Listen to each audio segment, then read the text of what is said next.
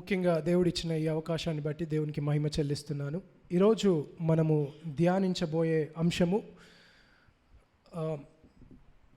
దీన్ని ఇదివరకు ఎత్తిపట్టి మాట్లాడాల్సిన అవసరత మనకు లేదు అని అన్నట్టుగా చాలా రోజుల నుండి దాన్ని విడిచిపెడుతూ వచ్చాము.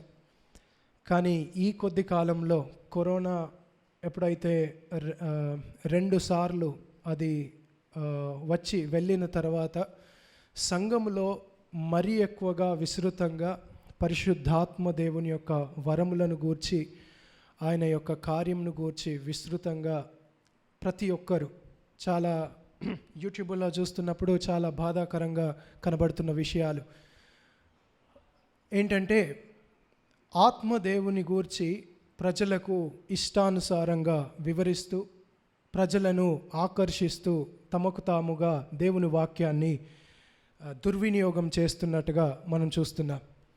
అయితే ఇన్ని రోజుల వరకు దీన్ని ఎత్తిపట్ట మాట్లాడాల్సిన అవసరత లేకుండే, కానీ మేముంటున్న ప్రాంతంలోనే కానీ, అనగా కరీంనగర్, అటు మంచిర్యాల్ లేదా పెద్దపల్లి ప్రాంతాలే కానీ, ఆంధ్ర వైపే కానీ, ఇలా పలు ప్రాంతాల్లో భయంకరంగా వీటి యొక్క అంశాన్ని, ఆత్మదేవుని యొక్క వరాలు అనే అంశాన్ని ఎత్తిపడుతూ ఇష్టానుసారంగా దాన్ని వాడుతున్నందును బట్టి స్వ అతిశయము కొరకు కాదు, సంఘ క్షేమాభివృద్ధి కొరకు దేవుడిచ్చిన మాటలను మీ ఎదుట పెట్టడానికి ఇష్టపడుతున్నాను. ఈరోజు ఆత్మ వరములను గూర్చి మనము ధ్యానించడానికి ప్రయత్నిస్తున్నాము. చాలా ఎక్కువ లేఖన భాగాలు మనం చూస్తాం కాబట్టి జాగ్రత్తగా అందరము లేఖనం చూస్తూ ప్రతి ఆలోచనను చూడడానికి ప్రయత్నించుదాం. ఎందుకు నేను ఇట్లాంటి పరిస్థితుల్లో, కరోనా ఈ సమయంలో ఇంకా ఎక్కువగా విస్తరిస్తుంది, అలాగే చాలామంది ఫోన్స్ కూడా చేస్తూ ఇలా శ్రమల్లో ఉన్నాము అని చెప్తున్నారు. ఇట్లాంటి పరిస్థితుల్లో ఆత్మను గురించి ధ్యానించాల్సిన అవసరం ఏముంది, వరాలను గురించి ధ్యానించాల్సిన అవసరం ఏముంది, మాకున్న ప్రయాసాలే చాలా ఎక్కువగా ఉన్నాయి, ప్రాణ భయంతో మేము ఇట్లా ఉన్నాం అనే ప్రశ్న అందరికీ సాధారణంగా ఉంది. అంతేకాదు, ఇక్కడ హైదరాబాదులో పనిచేసేవారు పనిలో నిమగ్నం అయిపోయిన వారికి ఈ పాశ్చాత్య సంస్కృతిలో ఎక్కువగా నిమగ్నం అయిపోయిన వారికి నేను వచ్చి యేసుక్రీస్తు ప్రభు మెల్కీసెదకు క్రమము చొప్పున నిరంతరం యాజకుడిగా వచ్చాడు అని ఇలాంటి పాత సంబంధమైన విషయాలు మాట్లాడుతున్నప్పుడు ఎక్కువగా, అంటే వాటిని ఒప్పుకుంటున్నారు కానీ దాన్ని హృదయముతో ఆలోచించి దేవుణ్ణి మహిమపరిచిన ఆ హృదయము కనబడుతున్నట్టుగా లేదు. కాబట్టి మనకైనా ఇది అవసరమే, అలాగే శ్రమల్లో ఉన్న వారికి సైతము ఆత్మదేవుని గూర్చిన జ్ఞానము అవసరమే. దీనికి మాకు సంబంధం లేదు అన్నట్టుగా దయచేసి ఉండకూడదు. మరలా చెప్తున్నాను, దీనికి మా పరిస్థితులకు సంబంధమే లేదు అన్నట్టుగా ఉండకూడదు. సత్యము మనల్ని స్వతంత్రులుగా చేస్తుంది. ఒక మాట నేను చెప్తాను, వినండి. నీవు మన్నే కనుక మన్నైపోదు అన్నాడు దేవుడు. అంటే ఈ లోకంలో మనం జీవిస్తున్నప్పుడు ఎన్నో కష్టాలు ఉంటాయి, దినదినము శరీరం కృషించిపోతుంది. కష్టాలు మనకు కొత్త ఏం కాదు. ఈరోజు మరణిస్తే వీటన్నిటి గురించిన సంగతులు మనకు అవసరం లేదు. కానీ ఒకవేళ ఎక్కువ కాలము దేవుడు మనల్ని జీవింపజేశాడు అనుకోండి, ప్రస్తుతము దేవుడు హెచ్చరిస్తున్న హెచ్చరికనే నీకు ఆ జీవిత కాలం అంతా ఉపయోగపడుతుంది. ప్రస్తుతము దేవుడు చేస్తున్న హెచ్చరికనే ఒకవేళ దేవుడు ఎక్కువ కాలం మనకిస్తే ఈ హెచ్చరికలు ఉపయోగపడతాయి. కాబట్టి చాలా ప్రాముఖ్యమైన అంశము, బహు వినూత్నమైన సమయంలో చూస్తున్నాం. కాబట్టి అందరము ఒక్కొక్క విషయాన్ని ధ్యానించడానికి ప్రయత్నిస్తున్నాం. ఈ ఆత్మవరములను గూర్చి మనము ధ్యానిస్తున్నప్పుడు మొదటిగా మనము గుంపులను విభజించి ముందుకెళ్దాం. గుంపులను విభజించి మనం ముందుకెళ్ళడానికి ప్రయత్నించుదాం. ఈ ఆత్మ వరముల విషయమై ఒక 3 గుంపులు ఉన్నట్టుగా మనం చూడవచ్చు. మొదటి గుంపు ఏమంటారంటే ఆత్మవరములు అనేవి దేవుడు ఆపేశాడు, ఆత్మవరములు ఇక లేవు. దేవుడు సంఘాన్ని తన వాక్కు చేత నడిపిస్తున్నాడు, ఆత్మవరాలు అనేవి ఇక లేవు అని అంటారు. వీరు అంటున్నప్పుడు దేవుడు చేయలేడు అనే ఉద్దేశంతో అంటలేరు, కానీ వరము ఒక వ్యక్తికి దేవుడు అనుగ్రహించడము అనేవి ఆగిపోయాయి అని వీళ్ళ సాధారణ ఉద్దేశం. దేవుడు సాధారణంగా ఎవరైనా అస్వస్థతలో ఉన్నప్పుడు దేవుడు స్వస్థపరుస్తాడు, కానీ స్వస్థత వరము ఒక వ్యక్తికి దేవుడు అనుగ్రహించలేదని ఈ గుంపు అంటారు. ఏంటి? ఆత్మవరములు ఆగిపోయాయి. సరే, బాగానే ఉంది, కానీ వీరి సమస్య ఏంటంటే ఆత్మవరములు ఆగిపోయాయి అనే ఆలోచనలో నిమగ్నం అయిపోయి ఆత్మవరములను గూర్చిన ధ్యానము పూర్తిగా వెనుకకు లేదా ప్రక్కకు పెట్టేసినట్టుగా మనం చూడవచ్చు. సాధారణంగా అపోస్తుల కార్యము 2వ అధ్యాయంకి రాగానే కొరింథీ పత్రిక 1 కొరింథీ 12, 11, 13, 14 లోనికి రాగానే ఎలా ఉంది అని అంటే వాటిని దాటిపోతున్న ఆలోచన విధానాన్ని మనం చూడవచ్చు. ఒకవేళ ధ్యానించిన కేవలం పై స్థాయిలో వాటిని ధ్యానించినట్టుగా మనం చూడవచ్చు. ఎలా ఉంటుందంటే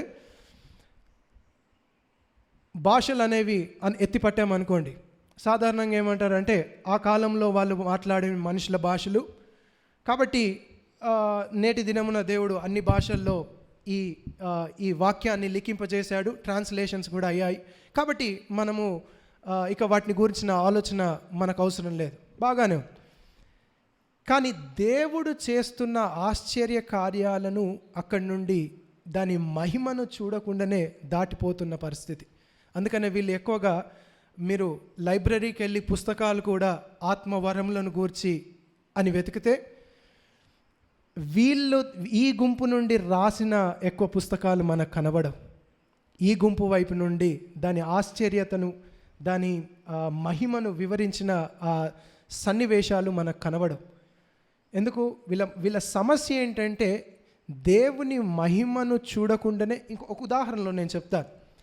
పేతురు 2వ పత్రిక రాస్తూ వాక్యం యొక్క ప్రాముఖ్యతను చెప్పడానికి ఆయన దేంతో పోల్చాడు తెలుసా? యేసుక్రీస్తు ప్రభు రూపాంతరము చెందడం అనే ఆశ్చర్యకరమైన కార్యమును పోల్స్తూ అంతకంటే గొప్ప వాక్యము మన దగ్గర ఉందన్నాడు. ఇప్పుడు ఆయన పోలుస్తున్నప్పుడు అంతకంటే గొప్ప వాక్యము అని అంటున్నప్పుడు ఆయన కన్నులారా రూపాంతరాన్ని చూశాడు కాబట్టి పోల్వగలడు. ఇప్పుడు మనము అట్లాంటి ఆశ్చర్య కార్యాలు దేవుడు కృపావరాల్లో కూడా చూపించినప్పుడు యేసు ప్రభు రూపాంతరం చెందడం అనేది అది మహోన్నతమైనది. అలాగే ఆశ్చర్య కార్యాల ద్వారా దేవుడు కృపావరములు చూపించినప్పుడు ఎంతైనా మనం దాటితే లేఖనం యొక్క ప్రాముఖ్యత మనకు అర్థం కాదు. ఎందుకంటే పోలికకు మనం ఆ మహిమను చూడలేదు. పోల్చడానికి పేతురుకుంది బాగానే, మహిమను చూశాడు, పోల్స్తూ అంతకంటే ఎక్కువ ప్రవచన వాక్యం మన దగ్గర ఉంది అని అన్నాడు. ఈరోజు మనకు దీని వాక్యం యొక్క విలువ మనకు తెలియాలి అనంటే ఈ గుంపులో ఉన్న సమస్య దాని మహిమను, కృపావరముల యొక్క మహిమను పోల్చడానికి సరిగా చూడని పరిస్థితి.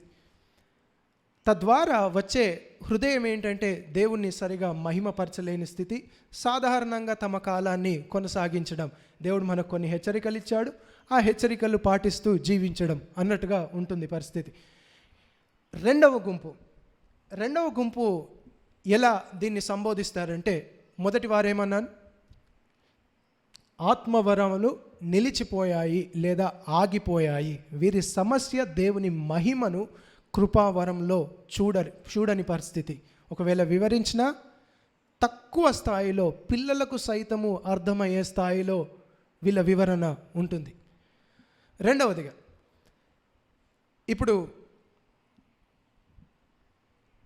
ఆత్మవరములు ఉన్నవి అనే గుంపును మనం చూడవచ్చు. ఇది ఎక్కువగా వారి సంస్థలను మనం ఎత్తిపట్టి మాట్లాడడం కంటే సాధారణంగా పెంతకోస్తు దినాన్ని ఎక్కువగా ఆచరించే వారికి ఈ వరాల యొక్క ప్రాముఖ్యతను వారు ఎత్తిపడుతూ వీళ్ళు దీన్ని వెంబడిస్తారు. ఏంటి, ఆత్మవరములు ఆగిపోలేదు, ఇంకా ఉన్నాయి. దేవుడు స్వస్థతలు చేస్తాడు, స్వస్థత వరం అనేది ఉంది, భాషలు మాట్లాడడం అనేది ఉంది, ఇవన్నీ కార్యాలు ఉన్నాయి అంటారు. ఒక నిమిషం వీళ్ళని కూడా అర్థం చేసుకోవడానికి ప్రయత్నించుదాం. సాధారణమైన మానవునికి వరాల పట్ల ఆశ ఎందుకు ఉంటుందండి? సాధారణ మానవునికి వరాల పట్ల ఆశ ఎందుకు ఉంటుందో తెలుసా? కొన్ని కారణాలు నేను చెప్తాను. అపోస్తుల కార్యంలో సిమియోను అనే గారడి చేసే వ్యక్తి పేతురు దగ్గరికి వచ్చి, నేను నీకు డబ్బులు ఇస్తాను, ఆ ఆశ్చర్య కార్యములు చేసే ఆత్మను నాకు అనుగ్రహించు అని అంటాడు. అక్కడ సిమియోని యొక్క ఆత్మవరముల యొక్క ఆశ ఏంటో తెలుసా? దాని ద్వారా స్వలాభము తెచ్చుకోవాలని, స్వంత లాభము, డబ్బులు లేదా ఇంకేదైనా స్వలాభము కొరకు ఆత్మవరాన్ని ఆపేక్షించడం. ఈ రోజున ఎంతోమంది దాన్ని అలానే వాడుతున్నట్టుగా మనం చూడవచ్చు. ఇంకొక కారణం మనం చూస్తే, స్వ అతిశయము కొరకు కూడా జనులు ఆత్మవరాన్ని ఆపేక్షించినట్టుగా దాన్ని ఎత్తిపట్టి మాట్లాడినట్టుగా మనం చూడవచ్చు. మొన్న ఒక ఆయన పెంతకోస్తు వారికి సంబంధించిన వ్యక్తి ఇలా అంటున్నాడు. ఏమంటున్నాడంటే, నీవు నన్ను హెచ్చరించాలంటే నువ్వు మొదట భాషల్లో మాట్లాడేవాడు అయి ఉండాలి. నీవు నన్ను హెచ్చరించాలంటే నీవు మొదట భాషల్లో మాట్లాడే అర్హత నీకు ఉండాలి. తద్వారా జాగ్రత్తగా గమనించండి, ఏం చేస్తున్నాడంటే స్వ అతిశయము, ఇతరులతో పోల్చినప్పుడు, సంఘంలో ఇతరులతో పోల్చినప్పుడు దేవుడు ఇతన్ని ఉన్నతమైన స్థాయిలో పెట్టాడని సూచించడానికి, నేను ప్రత్యేకిని అని సూచించడానికి భాషలు లేదా దేవుని యొక్క కృపా వరములను ఇతడు ఉపయోగించుకోవడానికి ప్రయత్నిస్తున్నాడు. ఇంకొక జాగ్రత్తగా అవగాహన తెచ్చుకోవడానికి ప్రయత్నించండి. ఇలాగే ఇంకా ముందుకెళ్తే ఆత్మ వరాన్ని ఆపేక్షించడానికి ఇంకొక కారణం ఏంటంటే, మానవులకు సాధారణంగా దేవుని చిత్తం ఏంటో తెలుసుకోవాలనే ఆశ ఉంటుంది. ఉదాహరణకు నేను వివాహం చేసుకోవాలనుకోవాలండి. అప్పుడు ఎవరు దేవుడు నాకు అనుగ్రహిస్తున్న వ్యక్తి అని దేవుని చిత్తాన్ని తెలుసుకోవడానికి సాధారణంగా నాలో ఆశ ఉంటుంది. అలాగే ఉద్యోగం చేయడానికి ప్రయత్నిస్తున్నారు, ఇందులో ఇది దేవుని చిత్తమా కాదా, కారు కొనుక్కోవాలి, పిల్లలు పుట్టాలి, ఇవన్నీ సాధారణ మానవ ఉద్దేశం ఏంటంటే దేవుని చిత్తం ఏంటో తెలుసుకోవాలనే ఆశ స్వాభావికంగా మానవుకుంటుంది. ఇది అన్యులకు సైతం ఉంటుంది.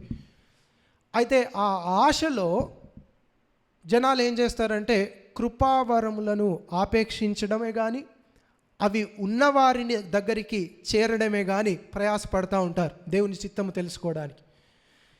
అలాగే నాలుగో గుంపు ఏంటి, నాలుగో ఆశ విధానం ఏంటంటే, దేవుణ్ణి ఉన్నత స్థాయిలో అనుభవించడం. దేవుణ్ణి ఉన్నత స్థాయిలో, సాధారణ స్థాయి కంటే ఉన్నత స్థాయిలో దేవుణ్ణి అనుభవించాలనే ఆశ. దాంతో కృపావరాలను ఆపేక్షిస్తారు. తద్వారా భాషలు అనే వరము రాగానే దేవుణ్ణి సాధారణ మానవుని కంటే నేను ఎక్కువ స్థాయిలో అనుభవిస్తున్నాను. ఇలా నేను కొన్ని ఎత్తిపట్టి మాట్లాడాను. కానీ జాగ్రత్తగా గమనించండి, మానవునికి స్వాభావికముగా కృపావరముల పట్ల ఆశ కలిగి ఉంటాడు. దేవుని చిత్తము తెలుసుకొనుటనే కానీ ఇంకా వివిధ రకాలుగా నేను చెప్పాను. అయితే దీన్ని సరిగ్గా ఇవే ఆశలను ఆధారం చేసుకొని కృపావరములను దుర్వినియోగం చేయుటకు ఆస్పదం చేసుకున్నట్టుగా మనం చూడవచ్చు. గలతీ పత్రిక ఒకసారి తీయండి.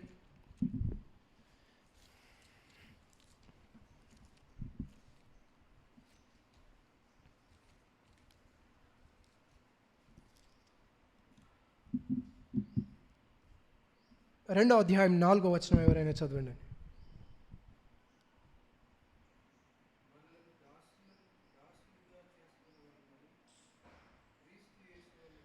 మనలను దాసులుగా చేసుకొనవలెనని క్రీస్తు యేసు వలన మనకు కలిగిన మన స్వాతంత్ర్యమును వేగుచూచుటకు రహస్యముగా తేబడి దొంగతనముగా ప్రవేశించిన కపట సహోదరుల వలన జరిగింది. అలాగే 4వ అధ్యాయం 17వ వచనం చూడండి. వారు మీ మేలు కోరి మిమ్మును ఆసక్తితో వెంటాడువారు కారు, మీరే తమ్మును వెంటాడవలనని మిమ్మును బయటకు త్రోసివేయ గోరుచున్నారు. 6వ అధ్యాయము 12వ వచనం కూడా చూడండి. శరీర విషయమందు చక్కగా అగపడగోరు వారెవరో వారు తాము క్రీస్తు యొక్క శిలువ విషయమై హింస పొందకుండుటకు మాత్రమే ఆ పని చేయాలని వాళ్ళు చెప్తున్నారు. పౌలు స్పష్టంగా ఆయన ఈ రకమైన వైఖరిని ఆయన గమనిస్తున్నాడు. ఏంటంటే వారు చేసే ప్రయత్నమును పౌలు ఏమంటున్నాడు, జాగ్రత్తగా గమనించండి. మీ మేలు కోరి వారు ప్రయత్నించట్లేదు, కానీ మిమ్మును తమకు దాసులుగా చేసుకొనడానికి లేదా మీరు తమను వెంబడించడానికి వారు వీటిని జత చేస్తున్నారు లేదా అతిశయ కారణాన్ని వెతుక్కుంటున్నారు అనే మాట ఆయన అంటున్నాడు. నేను మొన్ననే ఒక మాట అన్నాను. ఏంటంటే ఆనాడు గలతీ సంఘంలో ఎలాగో క్రైస్తవులు వేధింపబడ్డారో నేటి దినమున క్రైస్తవులు కూడా భాషల్లో మాట్లాడాలని వేధించబడుతున్నారు. ఎందుకంటే నువ్వు భాషలు మాట్లాడితేనే కానీ నువ్వు రక్షింపబడిన వాడవు కాదు. మరి ఇలా అందరు అంటున్నారా అంటే అందరు అనట్లేదు, కానీ సాధారణంగా వారి గుట్టు చప్పుడు కాకుండా ఉంటున్న కారణమైతే సాక్షాత్తు అదే. ఏంటంటే మేలు కోరి వారు ప్రయత్నించట్లేదు. జాగ్రత్తగా వినండి. మీ మేలు కోరి వారు ప్రయత్నించట్లేదు, మిమ్మును తమకు దాసులుగా చేసుకొనడానికి వాళ్ళు ఇలాంటి ప్రయత్నాలు చేస్తున్నారు. మీ స్వాతంత్రాన్ని, యేసుక్రీస్తు ప్రభువులో మీకు అనుగ్రహించిన ఆశీర్వాదాన్ని దొంగతనము చేయడానికి వాళ్ళు ఇలా ప్రవచనము చెప్తూనే కానీ తమ స్థాయిని పెంచుతూ భాషలు మాట్లాడుతూ, ఆ వ్యక్తి ఆ మాట అంటున్నప్పుడు మీరు గమనించండి, ఏమంటున్నాడు? నువ్వు భాషల్లో మాట్లాడితేనే కానీ నన్ను హెచ్చరించలేవు, నన్ను హెచ్చరించరాదు. కాబట్టి ఏం చేస్తున్నాడు? తెలియకుండానే ఆ వ్యక్తిని ఈయనకు దాసుడుగా చేసుకుంటున్నాడు, లేదా తెలియకుండానే ఆ వ్యక్తిని తక్కువ స్థాయిలోనికి అతన్ని పెట్టేస్తున్నట్టుగా మనం చూడవచ్చు. ఇది సాధారణంగా జరుగుతున్న సమస్య. ఏంటి? భాషల్లో లేదా దేవుని కృపా వరములు ఉన్నవి అని అంటున్నప్పుడు ఉంటున్న సమస్య ఏంటంటే దుర్వినియోగం చేయడానికి ప్రయత్నించడం. మంచిది, దాని గురించి ఇంకా లోతుల్లో నేను మాట్లాడడానికి ప్రయత్నిస్తాను ఇంకా ముందున్న సమయంలో. మూడవ గుంపు ఏంటంటే ఎవరైతే భాషలు లేదా కృపావరములు ఉన్నాయి అంటున్నారో వారిపైన నేరము మోపుతూ వీళ్ళేమంటారంటే మా దగ్గర సరైన కృపావరము, సరైన ఉపయోగం మా దగ్గర ఉంది అని అంటారు. ఏంటండి? ఎవరైతే కృపావరములు ఉపయోగిస్తున్నారో లేదా ఉన్నవంటున్నారో ఆ గుంపు పైన వీళ్ళే నేరం మోపుతూ మధ్య రకం మనుషులు అన్నట్టు. కొన్ని ఆగిపోయాయి, కొన్ని నిలిచే ఉన్నాయి అంటూ ఏవి ఆగిపోయాయో ఏవి నిలుచున్నాయో దేని గురించి మాట్లాడుతున్నారో కూడా తెలియని పరిస్థితుల్లో వీళ్ళు మాట్లాడుతూ ఉంటారు. ఒకసారి వీళ్ళ ఆలోచన విధానాన్ని నేను కొన్నిసార్లు గమనిస్తూ వచ్చాను. ఏంటంటే చాలా వరకు వీళ్ళు ఏమంటారంటే ఈ కృపావరములను వెంబడించేవారు సరిగా వాళ్ళు వెంబడించట్లేదు, వాళ్ళు దుర్వినియోగపరుస్తున్నారు. అయితే నేను ప్రత్యేకంగా వ్యక్తిగతంగా భాషలు మాట్లాడుట అనే వరాన్ని సంఘంలో నేను ఉపయోగించలేదు, కానీ వ్యక్తిగతంగా నేను అనుభవించాను. అలాగే కళలు, దర్శనాలు వ్యక్తిగతంగా నేను అనుభవించాను. వీరి సమస్య ఏంటంటే, వీరు చేస్తున్న భయంకరమైన చర్య ఏంటంటే మధ్యలో ఉండి లేరు, కృపావరములు లేవు అనే ఆ గుంపును, కృపావరములు ఉన్నవి అనే గుంపును వీరేం చేస్తున్నారంటే ఇద్దరిని అయోమయంలో ఉంచుతూ వీరు క్రొత్త సిద్ధాంతాన్ని తీసుకొస్తున్నామని అనుకుంటున్నారు. ఏ సిద్ధాంతాన్ని మనం స్థాపిస్తున్నామని తెలియకుండానే ఏమంటారంటే, ఇదిగో కృపావరములు అనేవి ఉన్నాయి. ఉదాహరణకు భాషల్లో మాట్లాడడమే కానీ, ఇంకా దర్శనాలే కానీ అవి ఉన్నాయి. వీరు చేస్తున్నది సరైంది కాదు. కానీ ఇంకో మాటలో చెప్పాలంటే ఇలా మీకు సరిగా అర్థమవుతుంది. వీళ్ళ ఉద్దేశం ఏంటంటే, దేవుని శక్తిని మేము అడ్డుకట్ట వేయరాదు అనే ఆలోచనలో, దేవుని శక్తిని మేము ఆపరాదు. ఇప్పుడు ఎప్పుడైతే కృపావరములు ఆగిపోయాయంటున్నాం అనుకోండి, దాని ఉద్దేశం ఏంటి? దేవుని శక్తిని మనం ఆపేస్తున్నాము అనే ఆలోచనతో వీళ్ళేమంటారంటే, అలాంటి దేవుని శక్తిని మనం ఆపరాదు గనుక అవి ఇంకా నిలిచే ఉన్నాయి. ఇప్పుడు వెళ్ళి ప్రశ్న అడిగాం, నువ్వు ఎప్పుడైనా చూసావా వ్యక్తులు భాషల్లో మాట్లాడినప్పుడు, మూగవాడు మాట్లాడినప్పుడు, చనిపోయిన వాడు తిరిగి లేచినప్పుడు నువ్వు ఎప్పుడైనా చూసావా అని అంటే లేదు. వీళ్ళేమంటారంటే, ఆఫ్రికా ప్రాంతంలో దేవుడు ఒకవేళ ఉపయోగించుకోవాలనుకుంటే తాను ఉపయోగించుకొనగలడు ఈ వరాలను. కాబట్టి వరాలు ఇంకా ఆగిపోలేదు, కానీ దేవుడు ఉపయోగించుకోవాలంటే ఉపయోగించుకొనగలడు. వీళ్ళు చేసేది మాత్రం తప్పు. మనకేదైతే విస్తృతంగా కృపావరములు కనబడుతున్నాయో వారు చేసేది మాత్రం పూర్తిగా తప్పు అని వారిపైన నేరం కూడా మోపుతూ ఉంటారు. సాధారణంగా ఈ గుంపును నేటి దినమున ఎక్కువగా మనం చూస్తున్నాం. ఏంటి? మధ్యస్థానంలో ఉండి దేవునికి అడ్డుకట్ట వేయకూడదు అనే ఆలోచన కలిగి అందులో కొంతమంది నేను కూడా అనుభవిస్తున్నాను, వ్యక్తిగతంగా సరైన పద్ధతిలో భాషలను ఇంట్లో అనుభవిస్తున్నాను అంటూ అనుభవమును కూడా ఆధారం చేసుకొని వీళ్ళు వాదిస్తూ ఉంటారు. ఇలా 3 గుంపులు మనం చూస్తున్నాం. ఏంటండి? భాషలు, కృపావరములు ఉన్నవి అనే ఒక గుంపు, లేవు అనే ఒక గుంపు, అలాగే మధ్య రకము వీటిల్లో మనము చూడగలుగుతాం. ఇప్పుడు మనము నిజానికి వరములు ధ్యానించడానికి ప్రయత్నిస్తున్నాం, అంతేనా? దేవుని యొక్క కృపావరములు ధ్యానించడానికి ప్రయత్నిస్తున్నాం. ఈ గుంపులు ఎంత ప్రాముఖ్యంగా ఏ ఆత్మనైతే ఐక్యత కొరకు దేవుడు అనుగ్రహించాడో ఆ ఆత్మను గూర్చిన అంశంలోనే ప్రతి ఒక్కరూ విభజించబడినట్టుగా బాధాకరమైన పరిస్థితుల్లో మనం చూస్తున్నాం. ఏమాత్రం మీకు ఆ బాధ ఉందో లేదో నాకైతే తెలియదు, కానీ ఏ ఆత్మ ఐక్యత కొరకు అనుగ్రహించబడ్డాడో ఆ ఆత్మ యొక్క అంశమునే ఆధారం చేసుకొని భయంకరంగా విభజన జరిగినట్టుగా మనం చూడవచ్చు. అయితే ఎప్పుడైతే సరైన ఆలోచనలోనికి వీటిలోకి వస్తామో అప్పుడు నిజంగా దేవుణ్ణి మనం మహిమపరచగలం. పౌలే అన్నాడు, అభ్యంతరములు ఉండక మానవని. దాన్ని మనం పూర్తిగా తీసివేయలేం, కానీ ఎప్పుడైతే సరి అయిన ఆలోచనలోనికి మనం వస్తామో వాటిని బట్టే దేవుణ్ణి మనం మహిమపరచగలం. సాధారణంగా దాటిపోవడానికి ప్రయత్నించకండి, దానిలో ఉన్న గొప్పతనాన్ని గమనించడానికి ప్రయత్నించుదాం. సరే, ఇప్పుడు కృపావరములను ధ్యానిస్తున్నప్పుడు మొట్టమొదటిగా వరములు అనే పదము లేఖనం వాడుతూ వచ్చింది, అలాగే వరము అనే ఏకవచనం కూడా లేఖనం వాడుతూ వచ్చింది. ఏం ధ్యానిస్తున్నామండి? మీరందరూ నా దగ్గరనే ఉన్నారు కాబట్టి నేను ప్రశ్నలు కూడా అడగచ్చా? సమయం ఇంకెక్కువ అయిపోతూ ఉంటుంది. సరే, ఏం ధ్యానిస్తున్నాం? కృప వరములు అనే అంశాన్ని ధ్యానిస్తున్నాం. అయితే దాంట్లోనికి వెళ్ళక ముందు లేఖనము ఆ పదాన్ని ఎలా వాడిందో ఒకసారి మనం చూద్దాం. వరము అని ఏకవచనంలో వాడుతూ వచ్చాడు, అలాగే వరములు అనే బహువచనంతో వాడుతూ వచ్చాడు. కృప వరములు అనే బహువచనంలోనికి వెళ్ళక ముందు మనం మొదటిగా ఏకవచనాన్ని అర్థం చేసుకోవడానికి ప్రయత్నిస్తాం. ఒకసారి రోమా పత్రిక 6వ అధ్యాయం 23వ వచనం చదవండి.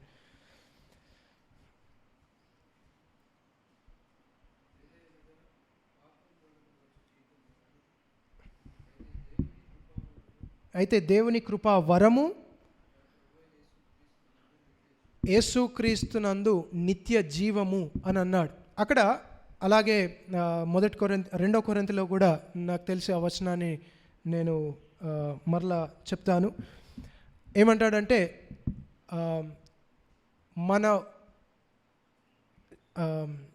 జాయ్ అన్స్పీకబుల్ లేదా అన్స్పీకబుల్ గిఫ్ట్ ఆఫ్ గాడ్ అని అంటాడు.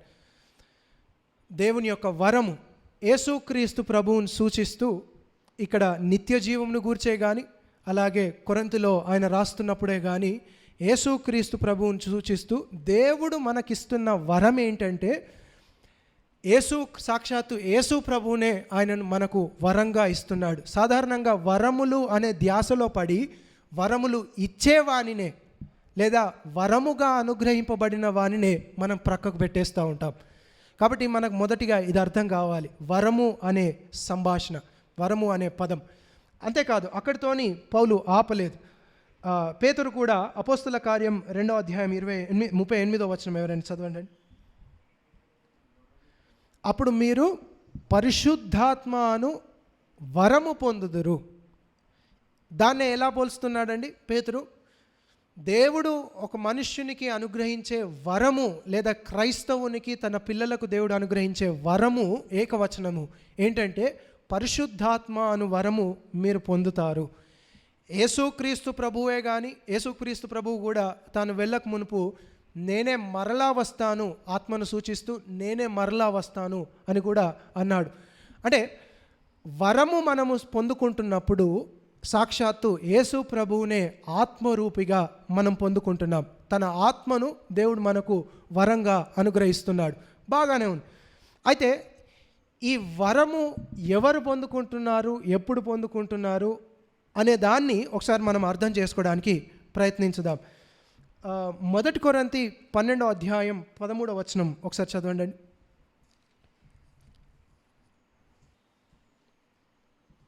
12వ అధ్యాయం 13వ వచనం. ఇక్కడ ఒక మాట పౌలు అంటాడు ఆఖరిలో, చివరిలో, మనమందరమును ఒక్క శరీరంలోనికి ఒక్క ఆత్మయందే ఏమయం బాప్తిస్మము పొందితిమి, మనమందరము ఒక్క ఆత్మను పానము చేసిన వారమైతిమి అనే మాట అన్నాడు. ఆ మాటను గమనిస్తే మనకు వరము అనుగ్రహింపబడిన విధానము మనకు అర్థమవుతుంది. ఒక్క ఆత్మయందే మనము బాప్తిస్మం పొందాము అనే మాట అన్నాడు. ఒక్కసారి ఆ బాప్తిస్మము అనే పదం మనం ధ్యానిస్తే దేవుడు ఆ వరాన్ని అనుగ్రహించిన విధానం మనం చూడవచ్చు. ఆత్మను మీరు బాప్తిస్మము పొందారు అనే సూచన ఒకసారి అపోస్తల కార్యం 1వ అధ్యాయం 5వ వచనంలో యేసుక్రీస్తు ప్రభు తాను ఆరోహణం కాకమునుపు ఆయన ఈ మాట అన్నాడు, యోహాను నీళ్లలో బాప్తిస్మం ఇచ్చును కానీ కొద్ది దినములలోగా మీరేమన్నాడు, పరిశుద్ధాత్మలో బాప్తిస్మము పొందెదరన్నాడు. యేసుక్రీస్తు ప్రభు కూడా శిష్యులకు సూచించాడు, ఏమని? కొద్ది దినముల పిమ్మట మీరు పరిశుద్ధాత్మలో బాప్తిస్మం పొందుతారు. ఎన్నో యేసుక్రీస్తు ప్రభు మాట్లాడి ఉంటాడు, కానీ లూకా రాస్తున్నప్పుడు దాన్ని కూడా ఎత్తిపట్టి మొదట్లోనే దాన్ని ఎత్తిపట్టి వాడాడు.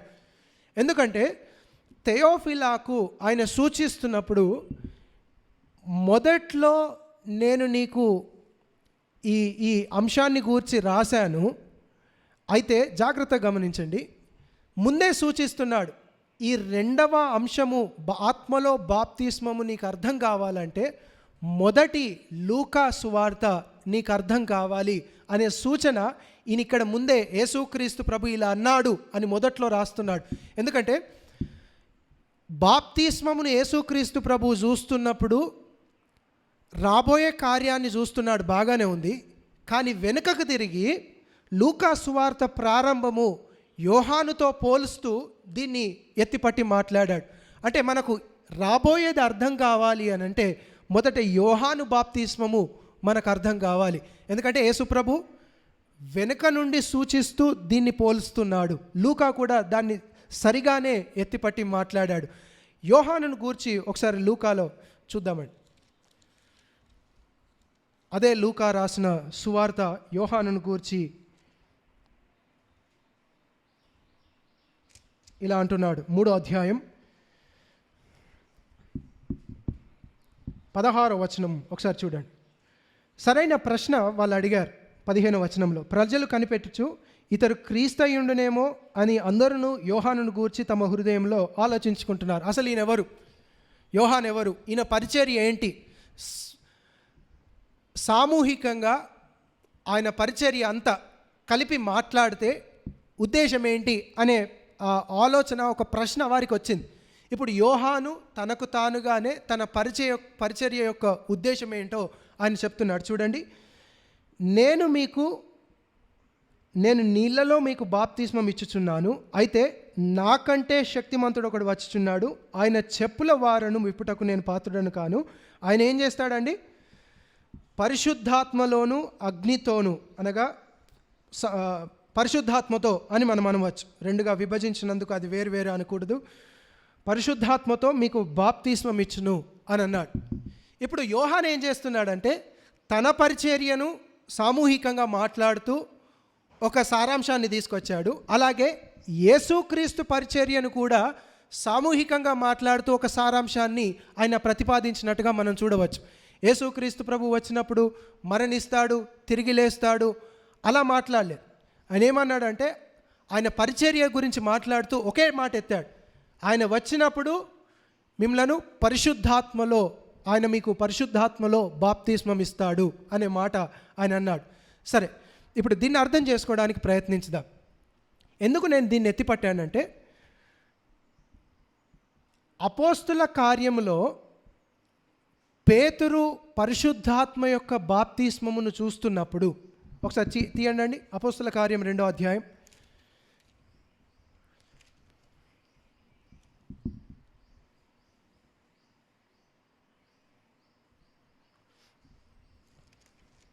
ముప్పై 3వ వచనం చూడండి. కాగా ఆయన దేవుని కుడిపార్శ్వమునకు హెచ్చింపబడి పరిశుద్ధాత్మను గూర్చిన వాగ్దానమును తండ్రి వలన పొంది మీరు చూచుచూ వినుచున్న దీనిని కుమ్మరించి ఉన్నాడు. ఆయన కూడా ఆ పెంతెకోస్తు జరిగిన సంఘటనను సారాంశంగా మాట్లాడితే ఏమంటున్నాడంటే, ఇదేంటంటే మీరు చూస్తుంది ఏంటంటే యేసుక్రీస్తు ప్రభు ఆరోహణుడై ఆత్మను పొంది మనకు అనుగ్రహించాడు అనే మాట అన్నాడు. జాగ్రత్తగా వినండి. ఇప్పుడు పేతురు కానీ యోహాను కానీ అలాగే పౌలు మాటల్లో కూడా ఒకసారి ఆయన పెంతెకోస్తు యొక్క వివరణ చూద్దాం. 1 కొరింథీ 15వ అధ్యాయం 45వ వచనం చూడండి.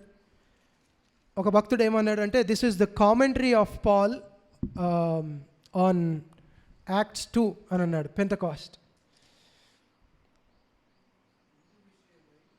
15:45.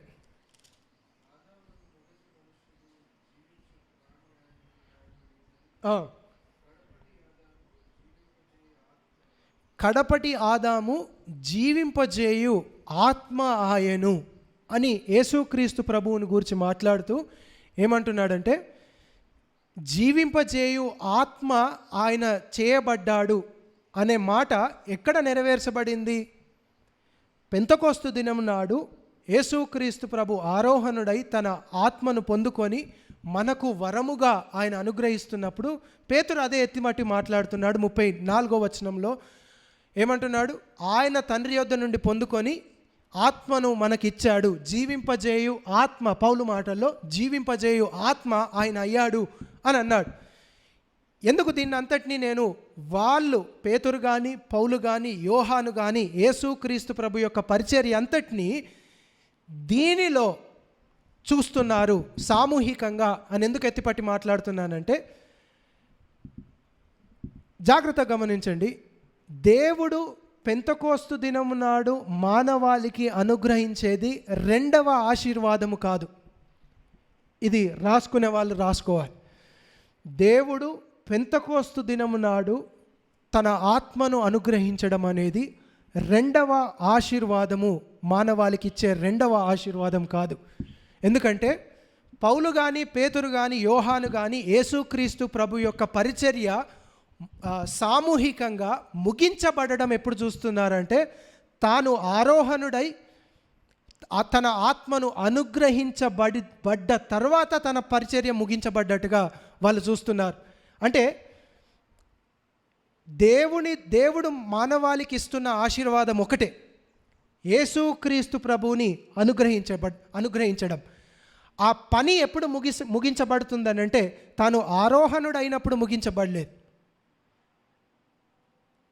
తన ఆత్మను అనుగ్రహించబడిన తర్వాత ఆ కార్యం ముగించబడింది. అందుకనే పెంతెకోస్తు నాడు తన ఆత్మను అనుగ్రహించడము, జీవింపజేయు ఆత్మ ఆయన అవ్వడము అనేది దేనికి సంబంధించిందనంటే తన మరణానికి, తన పునరుత్థానానికి, తన ఆరోహణానికి సంబంధించిన ఒక రోజు లేదా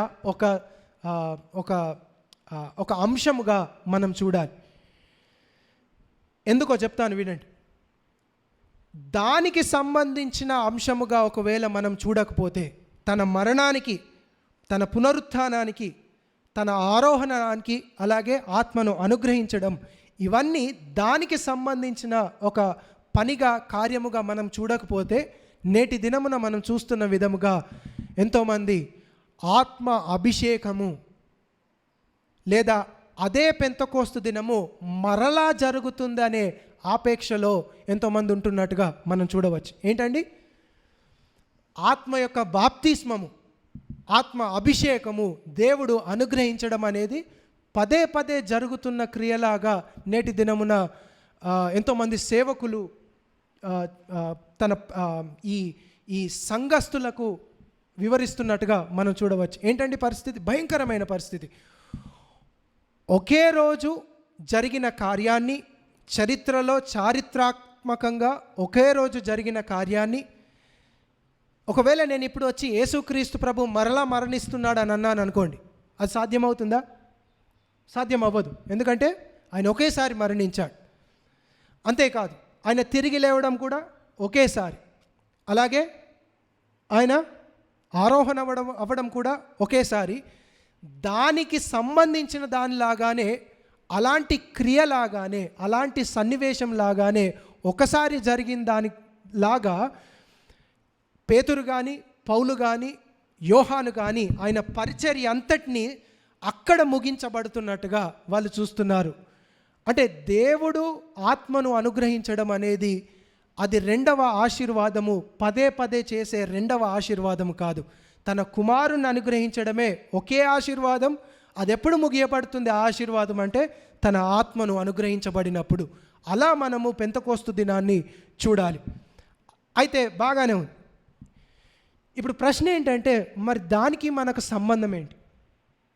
పెంతెకోస్తు దినం నాడు తన ఆత్మను బాప్తిస్మముగా దేవుడు అనుగ్రహించాడు, ఆ ఆత్మను దేవుడు కుమ్మరించాడు అనేది వాళ్ళు అంటున్నారు. బాగానే ఉంది.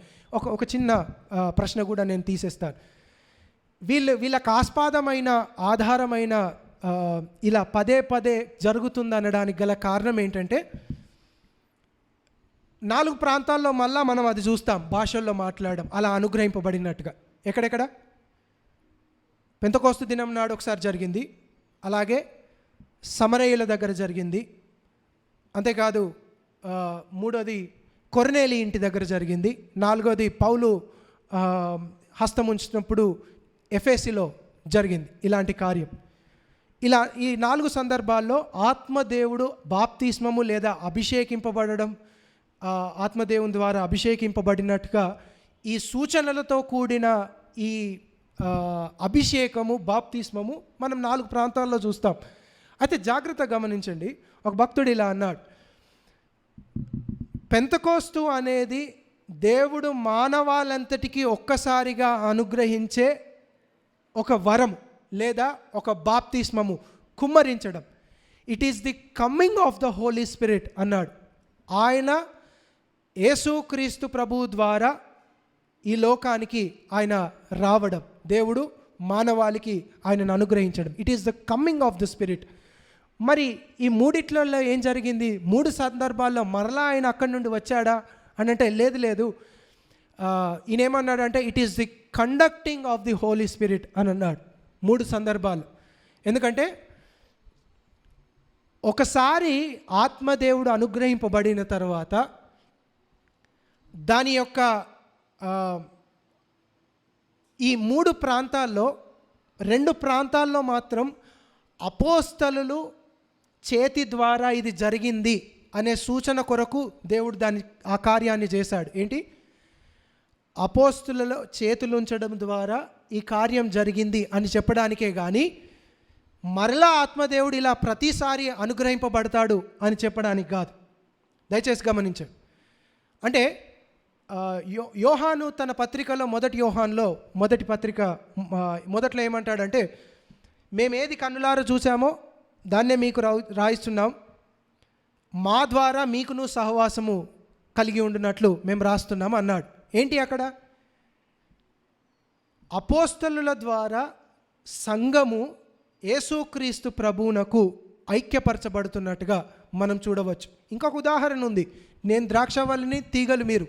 ఇది కూడా ఇంకొక యేసుక్రీస్తు ప్రభుతో ఐక్యపరచబడడానికి ఇంకొక వివరణ. బట్ అపోస్తలుల ద్వారా మనం యేసు ప్రభువునకు ఐక్యపరచబడుతున్నాము అనే వివరణ కూడా ఉంది.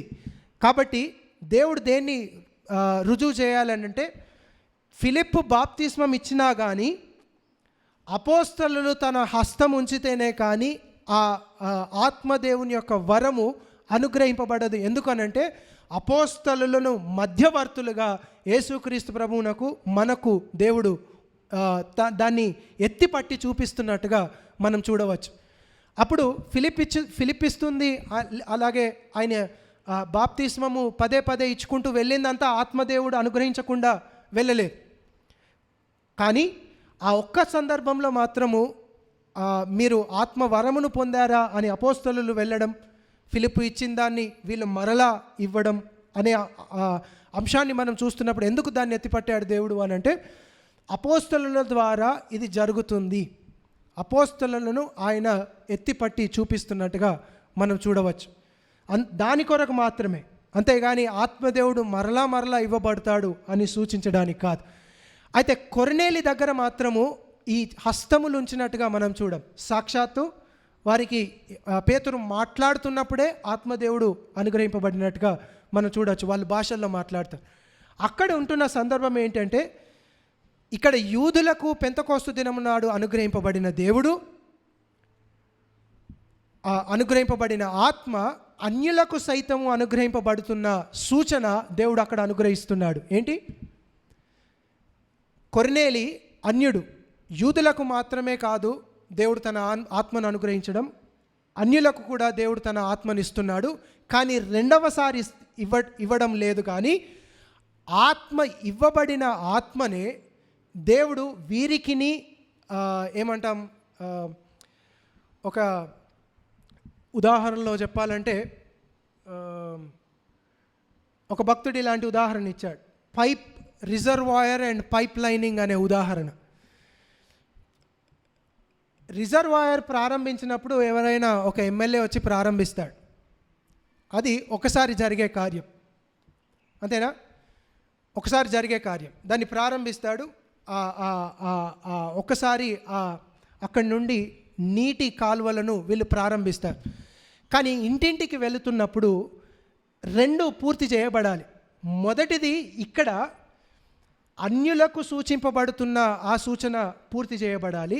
అలాగే అన్యులకు మాత్రమే కాదు, దూర ప్రాంతంలో ఉన్న అన్యులకు కూడా ఆత్మ అనుగ్రహింపబడుతున్నాడు అన్నటకు సూచన ఎఫెసీ సన్నివేశం. ఇలా 4 సన్నివేశాల్లో దేవుడు తన ఆత్మను, తన రాజ్యాన్ని స్థాపిస్తున్న సమయంలో అన్ని కోణాల్లో శరీరము పూర్తి చేయబడింది అని సూచించడానికి దేవుడు 4 సన్నివేశాల్లో ఆ కార్యము ఆ ప్రారంభ రోజుల్లో దేవుడు చేశాడు. అలా మనము బాప్తిస్మాన్ని చూడాలి, ఆత్మదేవుని యొక్క అనుగ్రహాలను మనం చూడాలి. అయితే ఇప్పుడు దానికి మనకు సంబంధం ఏంటి అనే ప్రశ్న వస్తుంది. పెంతెకోస్తు దినం నాడు దేవుడు అనుగ్రహిస్తే, అలాగే కొర్నేలికి దేవుడు అనుగ్రహిస్తే, అంతేకాదు ఎఫెసీలో సమరయుల దగ్గర దేవుడు తన ఆత్మను బాప్తిస్మముగా అనుగ్రహిస్తే, మరి మనకు సంబంధం ఏంటి అనే ప్రశ్న వస్తుంది. అది ఎవరు పొందుతారు, ఎప్పుడు పొందుతారు అనే మాటను అదే 1 కొరింథీ 12వ అధ్యాయం 13లో అపోస్తలుడు చక్కగా వివరించాడు పౌలు.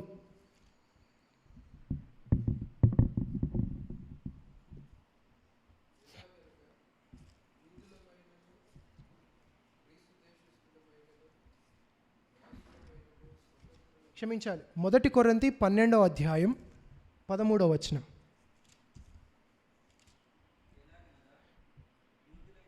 ఓకే.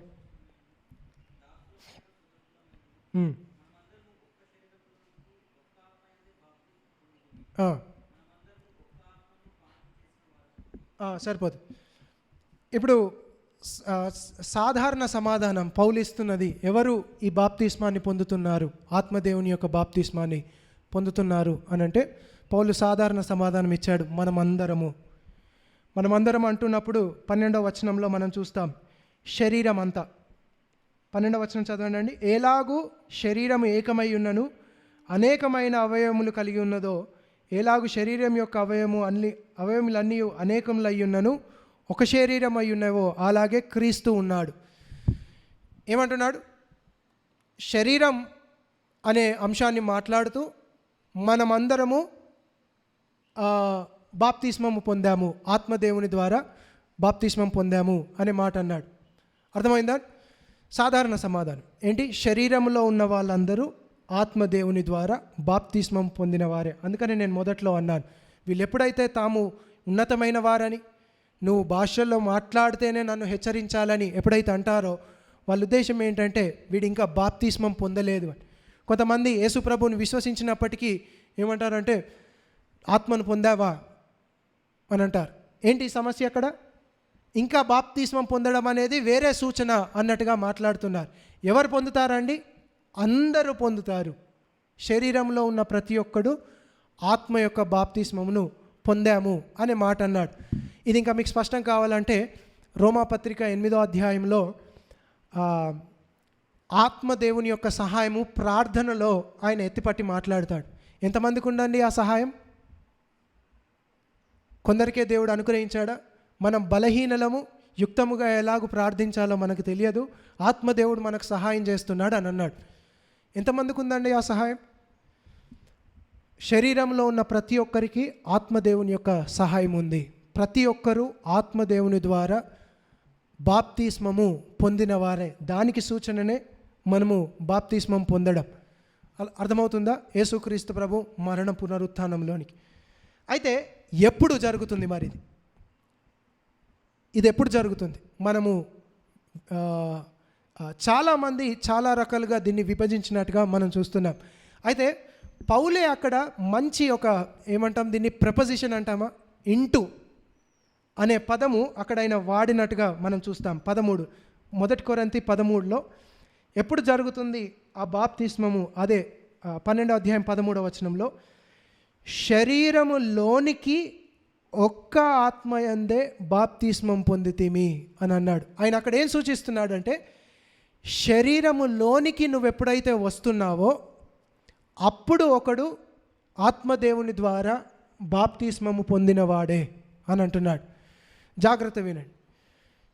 ఎప్పుడైతే ఒకడు విశ్వసిస్తున్నప్పుడు యేసుక్రీస్తు ప్రభు యొక్క మరణ పునరుత్థానము ఉనికిలోనికి వస్తున్నాయో, ఒకని విశ్వాసంలోనికి. ఇంకో మాటలో చెప్పాలంటే, విశ్వాసము ద్వారా మనకు జరిగేది ఏంటండి? సూచనగా మనం బాప్తిస్మం తీసుకుంటున్నాం. ఏంటి? ఆయన మరణంలోనూ పునరుత్థానములోనూ ఐక్యపరచబడ్డామనుట. అంతేనా?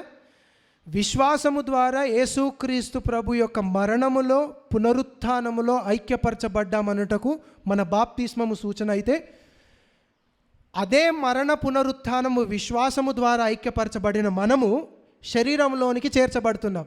అంతేనా? ఆయన శరీరంలోనికి ఐక్యపరచబడుతున్నాం.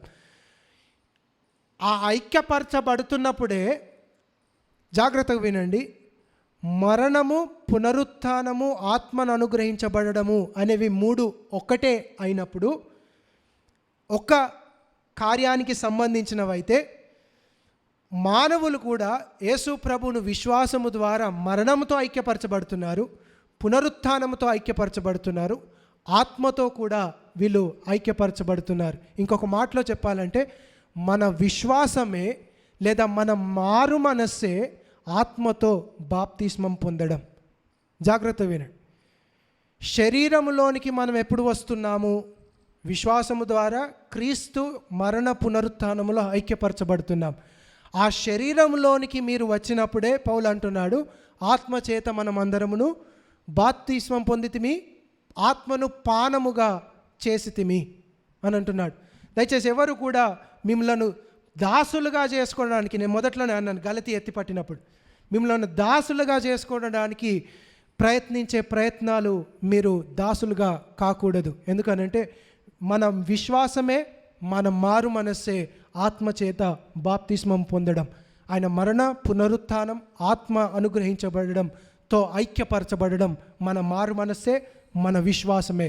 ఎవరు కూడా నువ్వు విశ్వసించినప్పటికీ నువ్వు ఆత్మను పొందావా, భాషల్లో మాట్లాడావా అని ప్రశ్నించినప్పుడు దాసులు కాకండి, అమ్మో అని అనుమానం చెందకండి.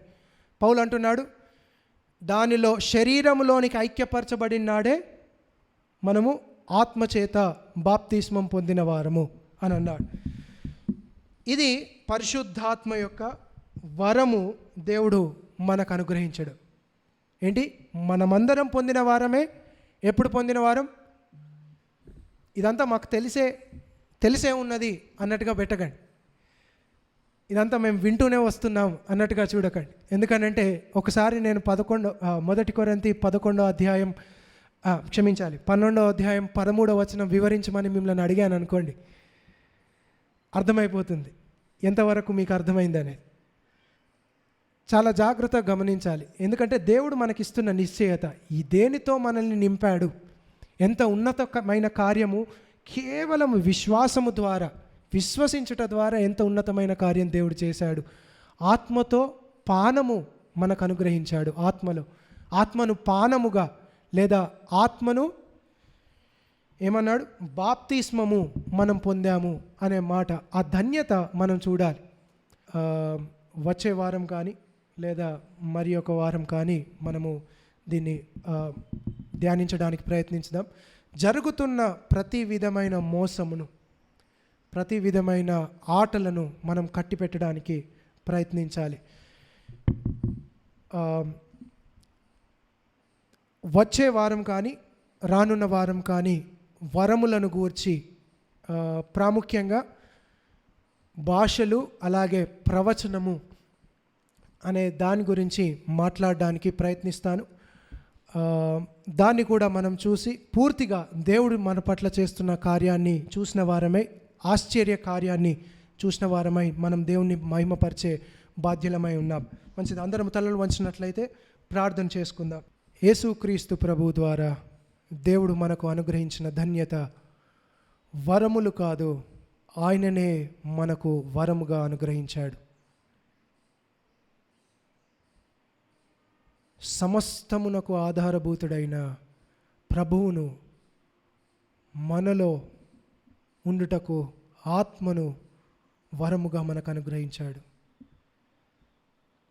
ఎంతోమంది దీనిని మోసపరుస్తున్నప్పుడు మనకు మాత్రము స్పష్టంగా దేవుడు తన కార్యమును వివరిస్తున్నాడు. ఎంతో ధన్యులం. మనసారా ఆయనను స్తుతించుదాం. అర్థమవుతుందా? దేవుడు మనకు తన ఆత్మను పానముగా అనుగ్రహించాడు సంపూర్ణంగా.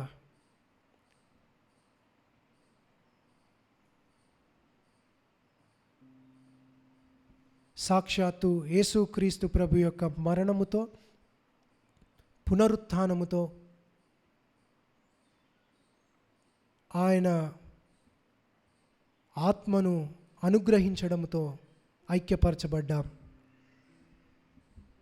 మన మారు మనస్సే, మన విశ్వాసమే మన పెంతెకోస్తు యొక్క అనుభవం. దాన్ని బట్టి దేవుని స్తుతించుదాం.